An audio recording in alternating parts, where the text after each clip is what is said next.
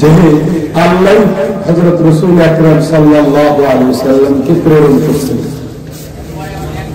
আল্লাহ সেই মহান সত্তা যিনি তার প্রিয়তম রাসূল সাল্লাল্লাহু আলাইহি ওয়াসাল্লামকে দুনিয়াতে প্রেরণ করেছেন সত্য ধর্ম দিয়া। কি দিয়া? আওয়াজ না দেওয়ার অর্থ কি আপনি বলতে চান মিথ্যা ধর্ম দিয়া? ওই মিথ্যা ধর্ম কথা বললে বা মনে রাখলে ঈমান থাকবে? ঈমান যাওয়ার জন্য বেশি কিছু লাগে না। সব প্রশ্নের উত্তরে নীরবতা পালন করা যায় না, সব জায়গায় কৃপণতা করা যায় না। যেগুলো ঈমানি প্রশ্ন এখানে জবাব দিয়ে ঈমান বাঁচাইতে হবে। কি ধর্ম দিয়ে পাঠাইছেন? সত্য ধর্ম দিয়ে পাঠাইছেন। সেই ধর্মের নাম কেন? যেন তিনি এই ধর্মটারে সমস্ত ধর্মের উপরে বিজয়ী করেন। সমস্ত ধর্মের উপরে হিন্দু, বৌদ্ধ, খ্রিস্ট যত ধর্ম আছে সমস্ত ধর্মের উপরে তিনি বিজয়ী করেন।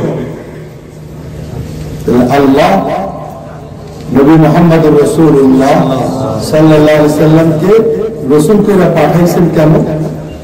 বলেন কেন? এই ধর্মকে, ইসলামকে সমস্ত ধর্মের উপরে বিজয়ী করা। এটা হলো রাসূল প্রেরণের উদ্দেশ্য। রাসূল প্রেরণের উদ্দেশ্য সমস্ত ধর্মের উপরে ইসলামকে তিনি যেন বিজয়ী করেন। ইসলামকে সমস্ত ধর্ম মিথ্যা, সত্য একমাত্র ইসলাম। ইসলাম আসার পরে সব ধর্ম বুঝে আসছেন? আসেন এই সমস্ত ধর্মের উপরে ইসলাম ধর্মকে বিজয়ী করা, এটা হল রাসূল প্রেরণের উদ্দেশ্য। দুজন ভেবে কেন বিরক্ত হইতেছেন আপনারা? অল্প বেশি লম্বা করবো না, আমাদেরও বাস্তবতার কিছুটা খবর আছে, বেশি লম্বা করবো না। বিজয়ী হবে কিভাবে? মানুষ যখন দেখবে যে ইসলাম অনুসরণ করার কারণে সে নিরাপদে আছে, সে শান্তিতে আছে, সে আরামে ঘুমায়, সে নিরাপদে চাকরি বাকরি করে, সে নিরাপদে জীবন যাপন করে, বসবাস করে, তার জমি জমা, তার অধিকার, তার সব কিছু বিষয় একবারে নিরাপদ ইসলাম মানার কারণে। আর অন্য ধর্ম মানতে গেলে অনেক ভেজাল আছে। এটা যখন মানুষ বুঝবে তখন কাতারে কাতারে ঝাঁকে ঝাঁকে মানুষ ইসলামে আসবে। ঠিক আছে? ইসলাম যে সঠিক ধর্ম, আল্লাহর পছন্দটা যে অ্যাপ্রোপ্রিয়েট, আল্লাহর পছন্দটা যে শতভাগ সঠিক, এটা বোঝার জন্য ইসলামের বিধানগুলো মানতে হবে, করণীয় গুলো করতে হবে, বর্জনীয় গুলো নামাজ যাকাত যাদের উপরে ফরজ যাকাত, হজ যাদের উপরে ফরজ জীবনে একবার করতে হবে, রোজা মাসে রমজান মাসে রাখতে হবে, নারীদের পর্দা করতে হবে, মা বাবার আনুগত্য চুরি করা, ব্যভিচারে লিপ্ত হওয়া, আরেকজনের জমি দখল করা, আরেকজনের সম্পদ কেড়ে নেওয়া, আরেকজনের অধিকারে আঘাত করা, আরেকজনকে অপবাদ দেওয়া, আরেকজনের ইজ্জত নষ্ট করা, কিছু আছে করতে হবে, কিছু আছে করার গুলা করলে এই সব, আর বর্জনীয় গুলা বর্জন করলেও সব, করলে শাস্তি। করলে কি? চুরির শাস্তি, হাত কাটো।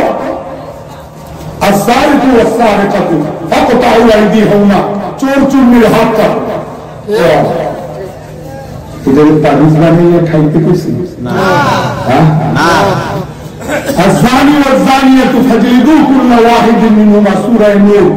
বেবিচারী এবং বেবিচারিণী, তার উপরে রজমের বিধান কার্যকর করো। যারা সন্ত্রাস নিয়ে আসবে, ফাসাদ সৃষ্টি করবে, গোলযোগ বাঁধাবে, নৈরাজ্য সৃষ্টি করবে, তাদেরকে দমন করার জন্য বলে কোরআন বলতেছে ইন্নামা জাযাউল্লাযীনা ইউহারিবুনাল্লাহা ওয়া রাসূলাহু ওয়া ইয়াসআউনা ফিল আরদি ফাসাদা, যে আল্লাহর সঙ্গে বিদ্রোহ ঘোষণা করে, রাসূল সাল্লাল্লাহু আলাইহি ওয়াসাল্লামের সঙ্গে বিদ্রোহ ঘোষণা করে এবং পৃথিবীতে বিশৃঙ্খলা নৈরাজ্য সৃষ্টি করে, শান্তি শৃঙ্খলা নষ্ট করে, তাদের শাস্তি দাও, কতল করো, শুনিতে চাও, অথবা একদিক থেকে হাত কাটো আর একদিক থেকে পাও কাটো। পৃথিবী ঠান্ডা হয়ে যাবে। কাউকে খুন করা যাবে, কাউকে হত্যা করা যাবে। যে একজনকে হত্যা করলো সেই সারা পৃথিবীর সবাইকে হত্যা করলো। তো যদি কেউ কাউকে অন্যায়ভাবে হত্যা করে তাহলে কেসাসের বিধান, খুনের বদলায় নাক কেটে, নাকের বদলায় দাঁতের বদলায় আসিন্নু বিসিন, আর বুঝুন কানের বদলায় ইসলামের বিধান। এই বিধানগুলি যদি কার্যকর হয় তাহলে ইসলামের সৌন্দর্য ফুটে উঠবে। ইসলামের সৌন্দর্য, নারীর ইজ্জত নিরাপদ হয়ে যাবে, প্রত্যেকটা মানুষের সম্পদ নিরাপদ হয়ে যাবে, প্রত্যেকটা মানুষ তার জীবন জীবিকা নিরাপদে পরিচালনা।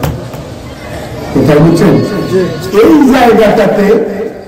জায়গাটাতে বর্তমান বিশ্বের কিছু পাবলিক, কিছু শিক্ষিত, কিছু বুদ্ধিজীবী তারা দ্বিমত পোষণ করে আপনাকে বোঝাবে আইডিয়াটা ঠিক না। চোর হাত কাটতে গেলে, ব্যভিচারের শাস্তি দিতে গেলে, খুনের বদলায় খুনের বিধান কার্যকর করতে গেলে মানবাধিকার লঙ্ঘিত হবে, শান্তি শৃঙ্খলা বিনষ্ট হবে, এরকম বুঝাবে। এই বুঝতে কি সঠিক? হ্যাঁ, এই বুঝতে কি সঠিক? আপনারা যারা মুরগি পালেন বা আপনাদের ওয়াইফ মা বোনেরা, আমাদের বাড়িতে গ্রাম দেশে মা বোনেরা মুরগি পালে, এই মুরগিগুলোকে সকালবেলায় খাঁচার থেকে ছেড়ে দেওয়া হয়, সন্ধ্যাবেলায় খাঁচায় ঢুকানো হয়। এই দৃশ্য দেখছেন? আপনারা না দেখলে ছোটবেলায় আমি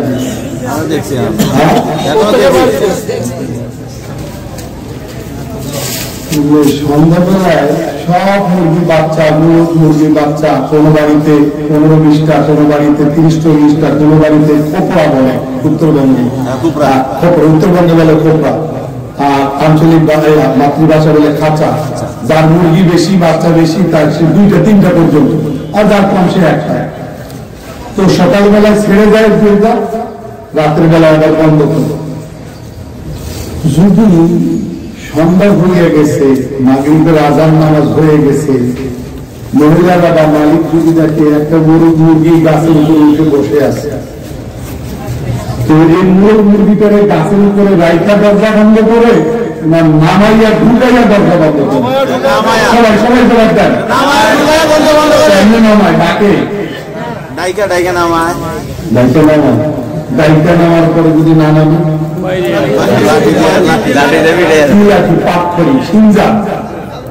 পাখড়ি দিয়া, পাতা দিয়া, কঞ্চি দিয়া অথবা ঢিল মারে,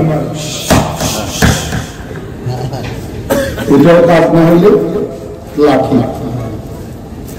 বাড়ি মারে। মুরগি যদি উপরে বৈশা ফিউরি দেয় মালিককে, আমি তো খুব আরামে আছি, এমন ভাবে শাস্তি দিয়া, প্রেসার দিয়া, জোর করে নামানোর কি খায়, আমি তো বেশ আরামে আছি, আমার উপরে তো জুলুম করতেছেন কেন? তো আপনি মুরগি যে সবগুলো ঢুকছে, একটা ঢুকে নেন, বড় মোরগ জামাই আসলে জবাই করবেন, এই 10 দিন পরে জামাই আসে। এই মুরগির উপরে থাকলে যদি এরকম দৃষ্টিভঙ্গি মারে, আমি তো বেশ আরামে আছি, আমার উপর জুলুম করে নিছেন, নামাইতেছেন কেন, আমার অধিকার খর্ব করতেছেন। মুরগের এইরকম বুঝের সাথে কি আপনি একমত? কারা কারা একমত? কেউ হাত তোলেন। তাহলে তার মানে আপনি বুঝছেন, এই যে বাতা বা সিঞ্জা বা পাটখড়ি বা লাঠি দিয়ে হালকা শাস্তি দিয়ে তাকে নামানোর চেষ্টা করা হচ্ছে, এটা মালিকের জুলুম না, বরং মালিকের দয়া। মুরগি যে মালিক পালে, সেই মালিকের দয়া সুলভ আচরণ, মায়া সুলভ আচরণ। বাবা তুই বুঝতেছিস না, শিয়াল বারবিরা লাগবে, তোর বাচ্চা নিরাপদ থাকবে না, বুঝতেছিস না কেন? তুই না, তুই ভিতরে ঢুক। এটা কি মালিকের দয়া না জুলুম? মুরব যদি ওখান থেকে বুদ্ধিজীবী সাজে যে এটা জুলুম, তাহলে আপনি কি একমত? ঠিক তদ্রুপ আল্লাহ যদি কয় চুরি করবি তো তোর হাত কাটা হবে, ব্যভিচারে লিপ্ত হবি তো তোর শাস্তি হবে, অন্যায়কে কাউকে মারবি তো তোকেও মরতে হবে, তোকেও মারা হবে, তাহলে এটা কি আল্লাহর জুলুম না আল্লাহর দয়া? এটার নাম ইনসাফ। একটা চুরির বিচার যদি কার্যকর হয়, টোটালি চুরি বন্ধ হয়ে যাবে। একটা চুরির বিচার যদি সত্যিকার ভাবে কার্যকর হয়, টোটালি মানুষ ছাত্র বন্ধ হয়ে যাবে। একটা বিচারের শাস্তি যদি কার্যকর হয়, সমস্ত নারী জাতি মানবের ইজ্জত আবরুদের পাওয়া হবে। ঠিক না বেশি? কথাগুলো কি ভুল হইতেছি? যদি মনে করেন ভুল হয়ে তাহলে কারেকশন করবেন। আমরা ঘন্টার পর ঘন্টা বলি, কিন্তু আজ সেই সময় আসি নাই। মুহতারাম হাজরিন, বিষয়গুলো মাথায় নেই।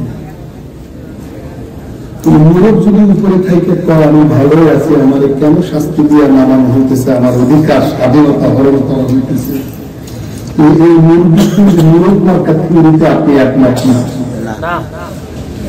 যে সমস্ত বুদ্ধিজীবীরা করে ইসলামের শাস্তিগুলো কার্যকর হলে মানুষের অধিকার লঙ্ঘিত হবে, তারা আর মুরগির মধ্যে মুরগি মার্কা দুধের মধ্যে কোনো পার্থক্য নেই। বুঝে আসতে না আসে না? আরো শুনবেন? দুইজন তো উঠে গেছে, যদি আরো দুইজন উঠে, হ্যাঁ উঠবেন না কেউ? বেশি না, ট্যাবলেট বেশি হবে না, অল্প ট্যাবলেট, কিন্তু পাওয়া বুঝছেন না? বুঝেন নাই? মৌমাছির চার দেখছেন? তাই মৌমাছির চার দেখছেন? দেখছি। এই চাকের নিচে দিয়ে দেখবেন পুরা চাকটাকে মৌমাছি অনেক মধু, কাটলে অনেক মধু পাওয়া যায়। ওই চাকের নিচে দিয়ে দেখবেন দু চারটা মৌমাছি অ্যাক্সিডেন্ট করছে নিচে নিচে, কে যেন মারছে বা পিটাইছে, পড়ে গেছে, দেখবেন যে জান চলে যাইতেছে, জবাই করে মুরগির মতন দরকার দরকার করতেছে, কখন এপাশ কখন এপাশ, এরকম দু চারটা মুরগি দুর্ঘটনার কবলে পড়ছে। দেখছেন কখন? চাকের নিচে দু চারটা মৌমাছি এরকম আহত অবস্থায় এপাশ ওপাশ করতেছে, এটা দেখছেন কখন? আমার খুশি করার জন্য করেন না, হ্যাঁ আমার খুশি করার জন্য করেন, হ্যাঁ এতগুলো মৌমাছির বিপরীতে চাকের নিচে এই দুই চারটা মৌমাছির এই দুই অবস্থা কেন? কাহিনীতে বলল গোটা চারটার মধ্যে একজন রানী আছে, এই রানীর নাম হলো ইয়াসুফ। রানী সমস্ত মৌমাছিকে কন্ট্রোল করে। মৌমাছিগুলো যখন শস্য খায়, ফুল বাগিচা থেকে বিভিন্ন জায়গা থেকে মধু আহরণ করে, তখন চাকে নেওয়ার আগে ওই রানী চেক করে এটার মধ্যে কোনো বিষ আছে কিনা, কারণ এই মধু তো মানুষের পেটে যাবে। চারটাইটা মানুষ কিনবে, খাবে। কোরআন বলছে, হাদিস বলছে মধু সর্বরোগের ঔষধ। এই মধুর মধ্যে যদি বিষ থাকে তাহলে মানুষ মরবে, পান করবে সুস্থতার জন্য, কিন্তু হিতে বিপরীত হবে, মরে যাবে। এই জন্য রানী গোটা চারটাকে ডিল করে, কন্ট্রোল করে, নিয়ন্ত্রণ করে।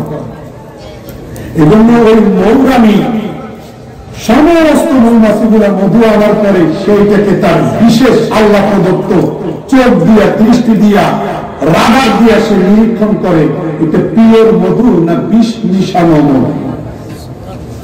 যেটা দেখে পিওর সেটা সে এলাও করে এটা চাকে জমা করে।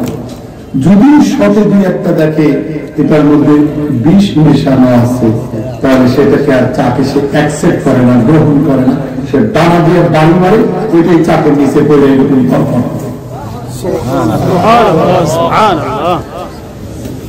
বুঝতেছেন কিছু? এটা কি বিল ক্লিন্টন এই ব্যবস্থাপনা সেট করছে? Donald Trump? Vladimir Putin? গুজরাটের পাশে মোদিজি? কে? কে করছে? হৃদয় কি একটু সেন্স, একটু অনুভূতি আসে না? এই ব্যবস্থাপনাটা, চমৎকার ব্যবস্থাপনাটা কার? তো এই মৌরানী ইয়াসুফ যে শাস্তি দেয়, পানিশমেন্ট দেয় দুই একটাকেই, হাজার হাজার মৌমাছি মধু আনতেছে কালেক্ট কইরা, সে চাকে নিতেছে, কোনটাকেই সে শাস্তি দেয় না, দুই সেক্টরে শাস্তি দেয়। তো হাজার হাজার মৌমাছির বিপরীতে দুই সেক্টর মৌমাছিকে বিষ মিশানো মধু আনার কারণে শাস্তি দেওয়াটা, এটাকে আপনি কি মনে করেন? জুলুম মনে করেন না এটাকে সুবিচার মনে করেন? সবাই বলেন আর এই মধু তো মানুষের পেটে যাবে। হাজার হাজার মানুষকে নিরাপত্তা দেওয়ার স্বার্থে বিষ সহ মধু নিয়ে আসছে এরকম দুই চারটা মৌমাছির মাইরা ফেলানো, এটা কোনো ম্যাটার না, এটা কোনো সাবজেক্ট না। দুই চারটা মৌমাছির মাইরাও মানুষের নিরাপত্তা নিশ্চিত করা।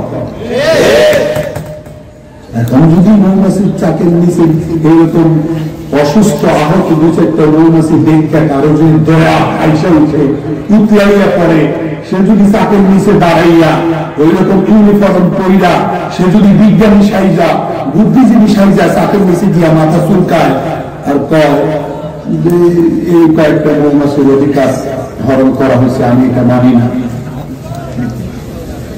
তাহলে আপনার বলা উচিত ওই বুদ্ধিজীবীরাও বুদ্ধিজীবী না, ওরা আসলে শিক্ষিত না, আসলে জ্ঞান পাপি ভণ্ড, আসলে তার মধ্যে মানবতা নাই। যদি মানবতা থাকতো তাহলে সেই রকম কথা করতো না। আপনার কাছে যতটুকু জ্ঞান আছে ততটুকু নিয়ে আপনি বললেন যে এই জায়গাটাতে হাজার হাজার মৌমাছির বিপরীতে দু চারটা মৌমাছিকে শাস্তি দেওয়া, এটা আসলে জমি আদমের উপরে দয়া করা। ঠিক আছে, ঠিক। তাহলে লক্ষ লক্ষ কোটি কোটি মানুষের মধ্যে দু একজনে অপরাধ করবে আর অপরাধের শাস্তি দেওয়ার অর্থ হাজার হাজার লাখ লাখ কোটি কোটি মানুষকে নিরাপত্তা সিকিউরিটি দেওয়া। দুইজন বড় অপরাধ করছে, অপরাধের শাস্তিতে দুইজনে জেল খাটো, কিন্তু বিনিময়ে কোটি কোটি মানুষ নিরাপদে থাকুক।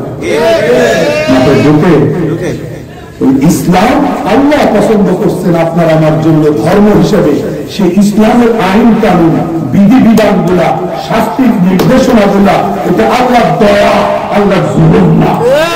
আল্লাহ এত সুন্দর করে বানাইয়া, আল্লাহ এত সুন্দর করে সেট কইরা প্রত্যেকটা মানুষকে, নারী পুরুষ সবাইকে দেখবার জন্য দুটো চোখ দিলেন, লাইট দিলেন।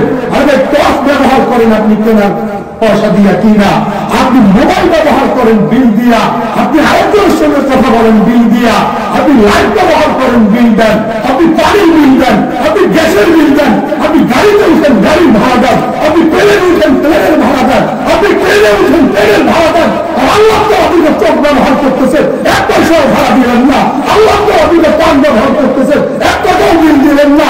আল্লাহ তো বাক শক্তি জিব্বা জবান ব্যবহার করতেছেন, এক টাকাও বিল দিলেন না। আল্লাহ তো আপনি হাত অনবরত ব্যবহার করতেছেন, এক টাকাও বিল দিলেন না। আল্লাহ তো আপনি পা অনবরত 24 ঘন্টা জন্ম থেকে মৃত্যু পর্যন্ত সমান করে ব্যবহার করতেছেন, এক টাকাও বিল দিলেন না। আপনি আপনার আল্লাহ সৃষ্টিকর্তাকে চিনলেন না। আপনার আমার চেয়ে বড় নিমক খারাপ দরকার হতে পারে না।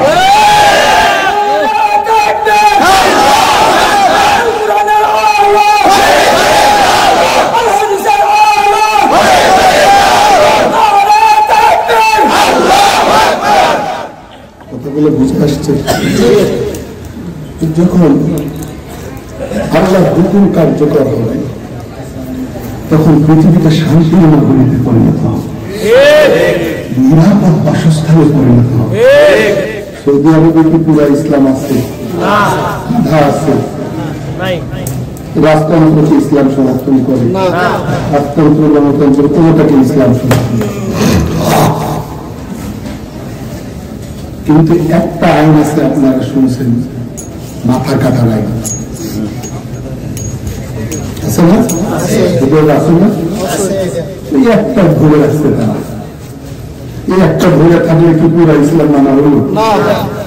কিন্তু যে একটা ভুলে রাখছে, আবার অনেকের ফাঁসি দিতেছে অন্যায় ভাবে, অনেকের আবার অনেক আড়ে মেরে জেলে রাখছে। এই সিরিয়াল বাসার আছে না? তাই খবর আছে আল্লাহ কাউকে ছাড়বেন, আল্লাহ ছাড়বেন, ছেড়ে যাবেন। বাশার আল আসাদ কি বড় শৈলাস, বুঝেন না? আমাদের দেশের যে নেতা হয়েছে ওইটা বাশার আল আসাদ সব এক বল, আল্লাহ আমাদেরকে বুঝার তৌফিক দান করুন। আমিন। এই একটা ধরে রাখছে এগুলো কোনো চুরি ডাকাতি নেই। একটার প্রভাব যদি এরকম হয় পুরোটা মামলা কিরকম হবে? সুন্দর সমস্যা। আমার মনে আছে আমি 1998 বা 99 শুরুতে আমার বাবা আমার ওয়াইফ তখন প্রথম বাচ্চার বয়স 6 মাস। তো বাবা আমি আমার ওয়াইফ আমার রিয়াদে বাসা, আমি সৌদি গভর্নমেন্টের লেকচারার ছিলাম। বাবাকে নিয়ে গেছি, বড় ভালো চাকরি ছিল। আব্বা বাসায় আছেন, রিয়াদে আমার বাসা, সরকারি লেকচারার। তো ওমরা করার জন্য বাইরে হলাম, আমি নিজে গাড়ি চালিয়েছি। রিয়াদ থেকে মক্কা 1000 কিলো, আর মক্কা থেকে মদিনা 400 কিলো, মদিনা থেকে আবার সরাসরি রিয়াদ 1200 কিলো। আমি নিজে ড্রাইভ করি। তো ফেরার সময় পুরো রাত গাড়ি চলতেছে, কোনো ভয় নেই। হঠাৎ পুলিশ গাড়ি চলে, বুঝলেন, পরিচয় হয়ে গেছে। পুরুষ 2-3 জন, আপনারা মহিলা একজন কে কার্ড দেখাইলাম। আমার ওয়াইফ, উনি আমার বাবা, আমার বউ শ্বশুর, ছেড়ে দিল। তখন একটা কাগজে বড় বিলবোর্ডে লেখা দেখলাম, আইনামা সিলতা আনতা আমা, তুমি যেখানেই যাও নিরাপদ। একটু সামান্য আছে, এটারই প্রভাব এক প্রান্ত থেকে অপর প্রান্ত পর্যন্ত কেউ চুরি করেন না, কেউ আঘাত করে না।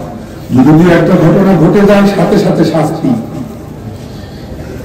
তবে পুরো ইসলাম মানলে শান্তিটা কেমন হবে, যেটা এখন আফগানিস্তানে দেখতেছে। বিশেষ করে যেখানে কমলা ফলতো, আঙ্গুর ফলতো, যে অংশটাতে যে পরিমাণ জমিতে আঙ্গুর ফলতো 500 মণ, সেখানে এখন আঙ্গুর হচ্ছে 1500 মণ।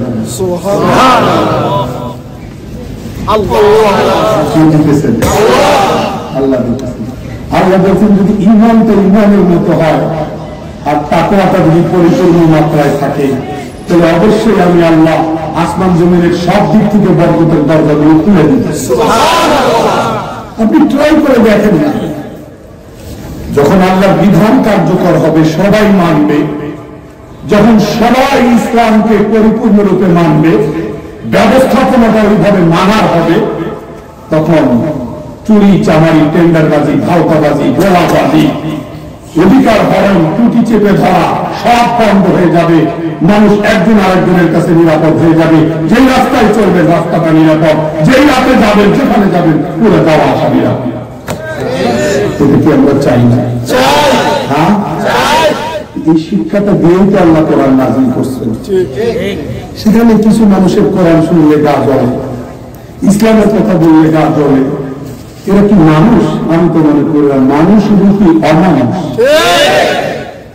এই মানুষগুলোকে আপনার আমার চিনে রাখা দরকার। অতীত আর ফিরে আসবে না ইনশাআল্লাহ। নতুন বাংলাদেশে এই শহীদদের রক্তের সাথে কাউকে বেইমানি করতে দেওয়া হবে না। যারা বেইমানি করতে আসবে তাদের 20 দাঁত ভেঙে দেওয়া হবে। কথা বুঝে আসছে না? আসে নাই? যারা ওইভাবে রক্ত চক্ষু দিয়ে তাকাবে তাদের চোখ খুলে ফেলা হবে। এটা বাংলাদেশ, এটা জেগে উঠা বাংলাদেশ, এটা নতুন পরিবেশের পাওয়া বাংলাদেশ। এই বাংলাদেশে কেউ যেন অন্যায় করে না। তবে ভিনদেশি কারিকুলাম, ভিনদেশি পরিকল্পনা নিয়ে উন্নতি আসবে না, ইসলাম পরিকল্পনা নিয়ে উন্নতি আসবে। যেটা এতক্ষণ ধরে আপনাদেরকে প্লেস করলাম। এখন ফিনিশিং এ আসেন, আপনি ইসলামটাকে কিভাবে চিনলেন?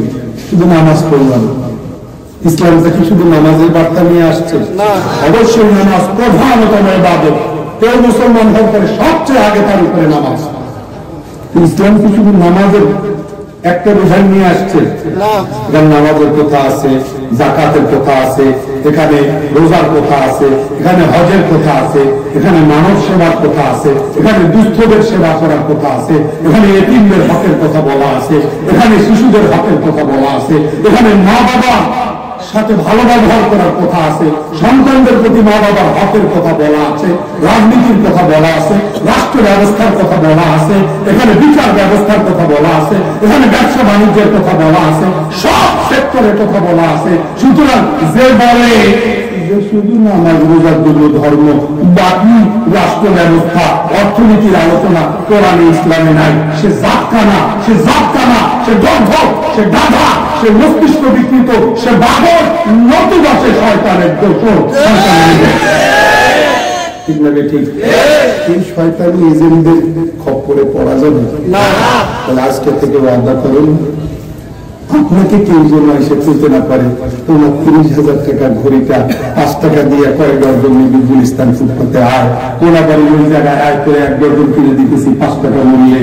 এইভাবে যদি দর্জন করতে আসে, আপনাকে বলতে হবে তুই সর আমার সামনে থেকে, তুই সর, তুই ফেতনাবাজ, তুই চক্রান্তকারী, তুই আমার মানসিকতার আঘাত করতেছিস, কোথায় আঘাত করতেছিস, তুই আমার ভাই পাঠাইছে তার আন্তরিকতায় কুড়াল মারতেছিস, সব তুই আমার দুশ্মন, তুই আমার শুভাকাঙ্ক্ষী না, তুই আমার বন্ধু না, আমার বন্ধু পাঠিয়েছে, আমার ভাই পাঠিয়েছে, এটা 30,000 টাকা দাম, আমি ইনকোয়ারি করেছি, আমি তার বন্ধুত্বের প্রতি আস্থা রাখি, তোর কথা মানি না, আমারটাই সঠিক, এটার মূল্য 30,000। ওইভাবে আপনাকে মোকাবেলা করতে হবে। আল্লাহ আপনাকে আমাকে যে ধর্ম দিয়েছেন, যে জীবন বিধান দিয়েছেন, এই জীবন বিধানের মধ্যে এই ধর্মের কোথাও আল্লাহ কোনো খুঁত রাখেন নাই, কোনো ভেদাল রাখেন নাই, কোনো অস্পষ্টতা রাখেন নাই, কোনো বক্রতা রাখেন নাই। মানব অধিকারকে সুরক্ষা দেওয়ার জন্যই আল্লাহ এটাকে আপনার আমার জন্য কবুল করুন।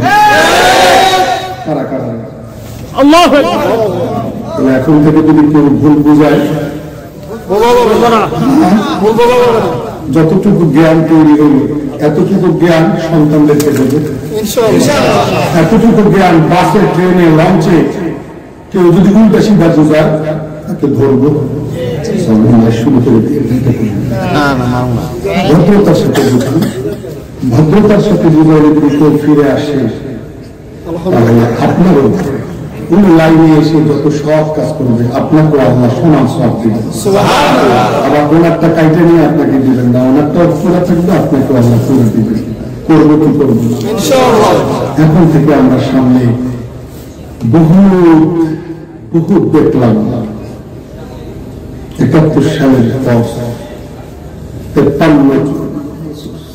53 বছর বাংলাদেশ দেখছেন, বুঝলেন কত দেখছেন, সোনার বাংলাদেশ দেখলেন, কথা বলেন না কেন? হ্যাঁ, সোনার বাংলাদেশ দেখলেন, সবুজ বাংলাদেশ দেখলেন, জয় বাংলাদেশ, জয় ডিজিটাল বাংলাদেশ দেখলেন, স্মার্ট বাংলাদেশ দেখলেন। এখন আপনারা ইসলামের বাংলাদেশ দেখতে চান কিনা? আল্লাহ সবাই করে হক ও হক্কানিয়তের রাস্তা চিন্তা হবে। আল্লাহ রাসূল সাল্লাল্লাহু আলাইহি ওয়াসাল্লাম ফরমান, তোমাদের মধ্যে সর্বোত্তম ব্যক্তি সে যে কোরআন শিখে এবং শেখায়। সুতরাং কোরআনী শিক্ষার চেয়ে ভালো শিক্ষা পৃথিবীতে দ্বিতীয় আর কোনোটা নাই। শিশুদেরকে ভুল শিখাইলে শিশুরা খারাপ ধারণার উপরে বড় হবে, আর শিশু অবস্থায় সত্যটা শিখাইলে ওই সত্য শিক্ষার উপরে তার জীবন গড়ে উঠবে। ঠিক না? আগের সরকারকে বহু বুঝাইছি, বুঝে নাই, এটা একবারে শিক্ষা ব্যবস্থা থেকে চুরমার করে চলে গেছে। একটা কথাকে আপনি যেভাবে একটা বাচ্চার অন্তরে ঢালবেন ওইভাবে তার অন্তরে বলবেন। আপনি যেভাবে, আপনি যদি খারাপ ধারণা বসাইতে চান তাহলে খারাপ ধারণা বসে যাবে। পাথর খোদাই করে কোনো কিছু লিখলে ওই লেখাকে যেরকম সহজে মুছা যায় না, শিশুদের অন্তরে কোনো কিছু বসাইলে ওইটাকে আর সহজে সরানো যায় না। আপনি যদি বলেন মসজিদে ভালো লাগে না, জুতা চুরি হয়, মসজিদে গেলে করে 5 বার যাওয়ার দরকার কি, একবার গেলেই তো হয়, ভালো লাগে না, তাহলে তার অন্তর, তার মনটা ঘটন তৈরি হবে। আর যদি বলেন বাবা মসজিদটা আল্লাহর ঘর, তুমি যে বাড়িটা থাকবে তোমার আব্বুর ঘর, এটা বানিয়েছি, ওইটা কিন্তু আল্লাহর ঘর, আল্লাহর ঘর, ওইটাতে সবসময় আল্লাহর রহমত বর্ষিত হবে। সেই বলবে আপনার রহমত কি? রহমত মানে যে নামাজ পড়ে আল্লাহ তাআলা তার জন্য জান্নাতের সুসংবাদ দিচ্ছেন, ওয়াদা দিচ্ছেন। আপনি যদি এইভাবে বুঝান, বাচ্চার অন্তরে নামাজের প্রতি আগ্রহ তৈরি হবে, মসজিদের প্রতি আগ্রহ তৈরি হবে। আমি যদি অমুক জায়গায় আগুন লাগছিল, ফায়ার সার্ভিস খবর পেয়ে আগুন নিবইতে গেল, গিয়ে দেখে একদল নারী বোরখা পরে রয়েছে, দৌড়াদৌড়ি করতেছে বালতি নিয়ে। তাদের বোরখা পরার কারণে ফায়ার সার্ভিসের কর্মীরা রাগ করে চলে আসলো আগুন না নিবাইয়া, যার কারণে পুরো গ্রামটা জ্বলিয়ে গেল। যদি এরকম মহিলারা পর্দা না করতো, বোরখা না করতো, তাহলে ফায়ার সার্ভিসের কর্মীরা বিগড়াইতো না, তাহলে আগুনটাও তার দ্বারা নিত্য, গ্রামটাও জ্বলতো না। এটা এই লাইনে একটা পাঠ রেডি করে কি বোঝানো হচ্ছে? পর্দা সম্পর্কে একটা বিষ অন্তরে দেওয়া হয়েছে। আর এক জায়গায় এক নারী রোগে খবর পেয়ে ডাক্তার দৌড়ে গেল চিকিৎসা করতে, গিয়ে দেখে নারী পর্দা করতেছে, বোরখা পরে। রাগ করে ডাক্তার চলে আসলো, চিকিৎসার অভাবে নারীটা মরে গেল। কি উদ্দেশ্য? সাদা সিধা সরল মানে অনেক মুসলমান বুঝে না গল্পের আড়ালে কি বিষ ঢুকানো হচ্ছে। আমরা এগুলো ধরছি, এই জন্য আমরা হয়ে গেছি অপরাধ, আমরা হয়ে গেছি অন্যায়কারী। চোর আসলে বাড়িতে 2টার সময় সিনকাইতে ঢুকলো, আপনি পেপারে লাঠি নিয়ে ধাওয়া করলেন, পরের দিন প্রশাসন বিচার করে কেন ধাওয়া দিলেন, আপনি অন্যায় করছেন। বাড়িওয়ালাকে ও ঢুকলো যে ছোটটা অন্যায় করা, এই বিচার আপনি মানেন? এই বিচার ভালো, আমরা তো এইভাবেই চালানো হয়েছে। কথা বুঝেন নাই? আল্লাহ আমাদেরকে বোঝার তৌফিক দান করেন। কি দুর্নীতি আর দুর্নীতি হয়েছে। এক জায়গায় আনকমন প্রতিযোগিতা শুরু হয়েছে, মানে কয়েকটা